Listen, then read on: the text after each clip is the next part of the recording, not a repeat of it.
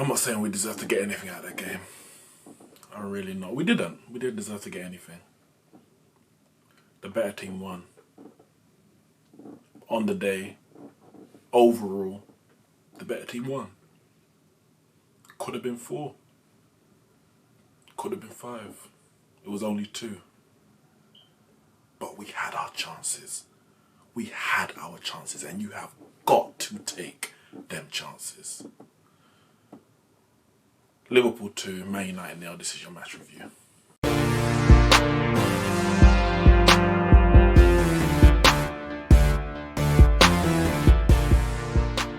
Alright guys, make sure you hit the like and subscribe button before I go any further. Share this video. We're going to go in, but I've got the podcast later and I might go in a bit deeper on there. But we got to talk about it. Listen, we didn't deserve to win the game. I mean, I don't know what more there is to say. If I'm honest, we did better than I expected. We actually did better than I expected, which is saying something because we lost 2-0 easily. And not to say Liverpool weren't under any pressure, because at times, and for a large, not large, but a certain amount of time in the game, in different halves, they were under pressure. Don't get it wrong, but you see the difference in the team, the quality in the team. I don't have an issue with the tactics. I really don't. There might be a personnel issue in terms of the players we have in our squad available. Certain ones could have started. Greenwood could have started. He hasn't looked great when he has started, to be fair, but he could have started. James didn't have a good game. Greenwood could easily have started over him. But what James did offer, especially in the first half at times, was those runs in behind. And he got in behind a couple times, but the final ball let him down. There was a chance he got in on the right-hand side, and the ball should have come fizzing across the face of the goal. And it was like partly pulled back, but not really pulled back to the edge of the area. And it was blocked. Martial was in the middle of the goal. So I don't have an issue with the tactics. As I said, personnel could change. I would have started Mata. I would have really started Mata. He's been on form the last few games. Andres Pereira, you know what I feel about Andres Pereira. He's awful. He is awful. He is no good on the ball. All he offers more than Mata is energy, legs, so he can run. And I guess a game of this intensity, especially the second half, and we're going to get onto it properly, but a game of this intensity, Mata can get lost because we're not going to dominate the ball. We know that going into it. And so Mata's going to either be a passenger waiting for the ball to come to him. But at least if you say, all right, 9, 10 of you. If Mata starts, if Mata starts, then I will start James 100% because you can't have too many players who don't have the energy to get up and down the pitch. And Greenwood is not quick. He's very good on the ball technically. So I would have started one of Mata or Greenwood over Pereira. But when we get the ball to that number 10, or as Pereira was actually playing more as a false 9, what do you do with it? That is now how you earn your corn. It's all good running around, chasing down the ball, maybe winning back the ball. But when you get the ball, what do you do with it? And as far as Pereira goes, the answer is nothing. He offers nothing on the ball. Absolutely poor decision making, poor execution. That's a recipe for disaster. Because if you've got poor decision making but good execution, it means that even if you made the wrong decision, as in you passed to the right when you should have passed to the left, or you shot when you should have passed, or you passed when you should have shot, the quality at the end of that says, all right, cool, I understand why you shot, or I understood why you passed. But he has poor decision making and poor execution.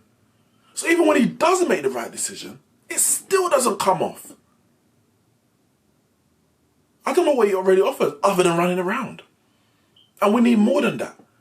We created 2 clear-cut opportunities in this game. Clear-cut. And I'm going to argue a third. And I'll explain why. I'm going to argue a third. But 2 clear-cut opportunities. And we had a number of more advanced attacking positions, but the final ball, in both halves, the final ball kept letting us down. And I'll get on to Liverpool. First half, started the game well. First 10 minutes, I can't remember exactly what minute Van Dijk scored in, but it seemed like first 10, 15 minutes or 10, 12 minutes, we started the game well. We actually started the game better than Liverpool, definitely in the first 5 minutes. Started the game better than Liverpool. And then they got a couple set pieces, a couple corners, and I think they scored from their second one. Now, tactically, that's an issue when it comes to the corners. Liverpool are very, very good from defending corners. I don't know what the percentages of them scoring from set pieces and corners against zonal marking versus man marking. I don't know. I haven't done that research. That's not my job. But when you're marking zonal, with that delivery from Trent and the power and height that Van Dijk offers, you're asking for trouble. If you want to mark zonal everything else, but you say, I'm going to have a man on Van Dijk. Maguire, you're marking Van Dijk, everyone else zonal. You say cool, because who are Liverpool's real threats from set pieces? Van Dijk, possibly Gomez. That's really about it. Like proper threats. The ball might bounce to someone and cool, someone can strike it in. But it talks about aerial threats. Van Dijk is really the main one. And a few times in the game, probably later on, Gomez actually stayed back on when it came to set pieces because obviously he's got the pace and recovery if Man United going to break. So you say you get a man on Van Dijk, everyone else zonal. But we don't do that. We have our two centre-backs zonal at the edge of the 6-yard box. And as it turns out, it changes all the time depending on what position Van Dijk picks up. So we're at his mercy. He starts off being marked by Williams. And obviously his run loses Williams. Gomez, who is in Maguire's zone, blocks off slightly blocks off. Like Maguire gets in his way, so we can't make a proper run and leap to the ball. And really and truly, it was a simple header. Simple free header. Good header, don't get me wrong. Good run, good leap.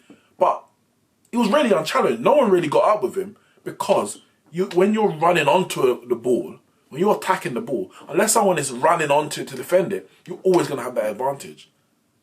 So that tactically, we got that wrong. To be fair, every other corner or in a set piece we defended well. I don't remember another chance being created from a set piece after that. So you might say it's an anomaly, but it's a big issue because they scored from it. And it turned out to be, the winning goal in all intents and purposes, the winning goal. Liverpool dominant. Liverpool dominant. From the moment they got that goal, they dominated pretty much the rest of the half. Later in the half, we started getting forward again. The issue was, I'll get on to that in a second. And then we got the chance. Someone dinked it over the top. Marshall picked up the ball, dinked it over the top at the back post for Wan-Bissaka. Came round the back and passed it across the goal. And Pereira's got to score. I need to see it again. It looked like he was slightly on his heels. He didn't follow the run in when Wan-Bissaka made it immediately. It's only when the pass was made.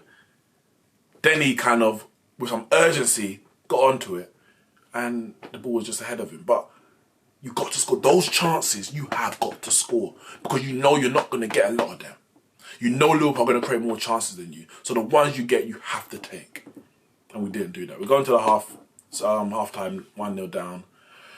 And we say, all right, what can we do in the second half? Because for us to get anything out of the game, we had to score first. We didn't score first. So if you're being realistic, the most you're going to get is a draw at that stage. To get two unanswered goals against Liverpool, is going to be difficult in and of itself. To get one is hard. Start the second half. And Liverpool are peppering us. I don't know what Jurgen Klopp said to his men versus what Ollie said to his men.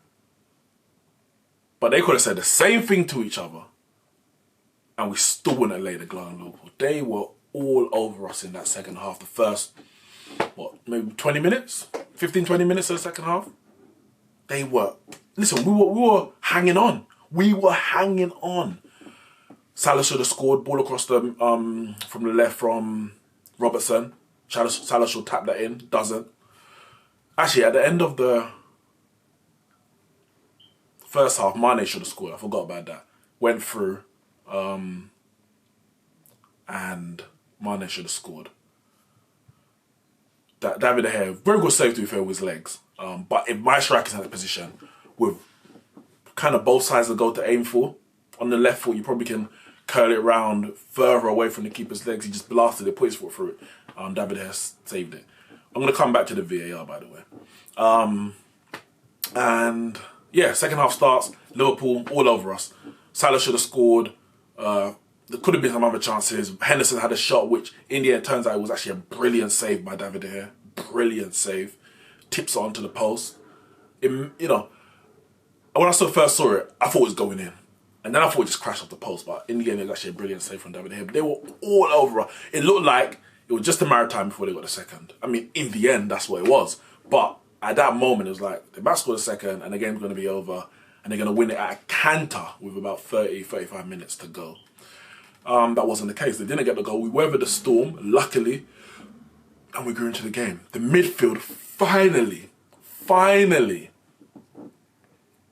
started playing. Now, I don't know if Liverpool took a foot off the gas or they just kind of ran out of a bit of steam. It's hard to keep that intensity the same for 90 minutes. They're one of the best at, if not the best at doing it for long periods of time. But our midfield started to get a grip of the game. We started passing the ball around and getting into good positions in attacking third. But again, the quality in the final third, whether it was the final pass or the decision making, whether it's a pass or the shoot or the actual shot, that's our fault. Anthony Martial plays a 1-2, gets in on the left hand side of the box. I'm literally just waiting for the net to bulge, net to ripple. Because it's a brilliant piece of play. I can't remember who it was with. Could have been Pereira, who knows. But Anthony Martial gets in. And he has to score. He has to score. At the bare minimum, I'm not even going to give that as a kind of get out of jail. At the bare minimum, he has to hit the target. But in reality, he has to score. He can't miss. As I said, you're not going to get many of these chances. So when you do, you have to take it. He absolutely blasts it over the bar. Blast it over the bar.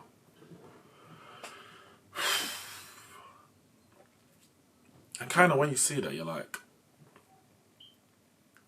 if you're missing those kind of clear-cut opportunities, what chance do you really have? Because you're not going to create more and more of those. The third one I mentioned that I think we created, it was actually a corner by the time Mata came on, and he, as I said, his quality on the ball shows. His quality on the ball was so much better than Pereira's in the little period that he was on. You can see he hasn't got the legs. He's never been a player with those kind of legs, but it's more so accentuated now in the last stage of his career. But when he gets the ball, 9 times out of 10 there's going to be a quality on the end of it. It was his corner, and for me, between Maguire or Lindelof, they need to score that. They both rise higher than any other Liverpool defender, like Van Dijk did in the first half. But somehow between the both of them, the ball ends up going out of the box. They need to be getting onto that end. That should have been a goal, 100%. I don't even need to see it again. 100%, that should have been a goal. I don't know exactly who was at fault. I don't know who actually got their head on it, or between the both of them, a lack of communication or awareness of where each other were, and they got in each other's way. That should have been a goal. But as I said, I'm not going to come out and say we deserve to win because Liverpool had their chances, more than the 2 they scored. In the end, Salah got a last-minute goal as we're pushing up, and Alisson gets the ball and just pings it forward. Salah, James in the recovery, caught up with him, but Salah holds him off, and passes it through the hair. I think through the hair's legs in the end. 2-0. No more than Liverpool deserved. They created the better chances. Could have been 2-0 up earlier than they actually got the second goal. But we had our chances. I don't think the referee had a bad game. I think he did all right, managed the occasion very well. I would say in general, there were some fouls, I think, in the first half especially, that we didn't get, but we should have in the middle of the park. There was a number of them, but none of them proved like catastrophic. And I guess the referee's in a better position than me. So for where I'm looking at it, I'm like, that's our free kick. That's our free kick. But I could be completely wrong. I'm not going to blame the referee at all, generally, on his decisions. But the decision to allow play to go on for the Firmino disallowed goal was actually disgusting. I mean, I don't know if I've seen many clearer fouls on goalkeepers than what we saw today. Ball goes up. David De Gea gets in a good position. Salah was a mistimed shot and it looped up. David De Gea's in a good position. Jumps. Gets his hand on the ball. Van Dijk jumps into him. His eyes weren't even on the ball. Jumps into David De Gea. Arm up. Body into him. So De Gea has it almost in his hands, but he definitely makes contact with the ball as it's coming into his hands. Van Dijk cleans him out. It looked like the referee went to blow and didn't. Now, I don't know if it's a case of, well, we've got VAR. If they score from it, we will see. But that's very dangerous because if the ball goes out for a corner, for example, because as it was, it fell to Lindelof and he went to clear it and it hit Mane. Say it went out for a corner as opposed to where it did fall. And then they score from the corner. They won't look back at what happened to lead to that corner, where it should have been a foul for De Gea. You might argue, luckily for us, Firmino actually scored because then you review the decision and it was clear. It was so clear. David De Gea gets booked for protesting. But I mean, that should never have happened because it was a clear foul. VAR doesn't like to overturn things. So when VAR overturns things, you know it's clear and obvious. You know it's a howler from the referee. And against Liverpool as well. We ain't even going to get onto that. But yeah, lost 2-0. I mean, as I said, I wasn't expecting anything from this game. I was actually, as the game got closer, I was actually getting nervous. Like, we could really struggle. We could really, like, get hiding because no Pogba, no McTominay, no Rashford.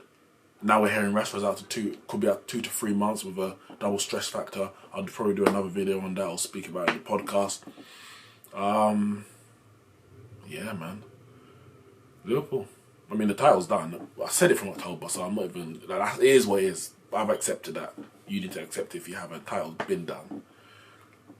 But, you know, 2 things could have been worse. The scoreline could have been worse, and it wasn't. We weren't embarrassed, but it shows how far we've fallen that now becomes a metric of measurement.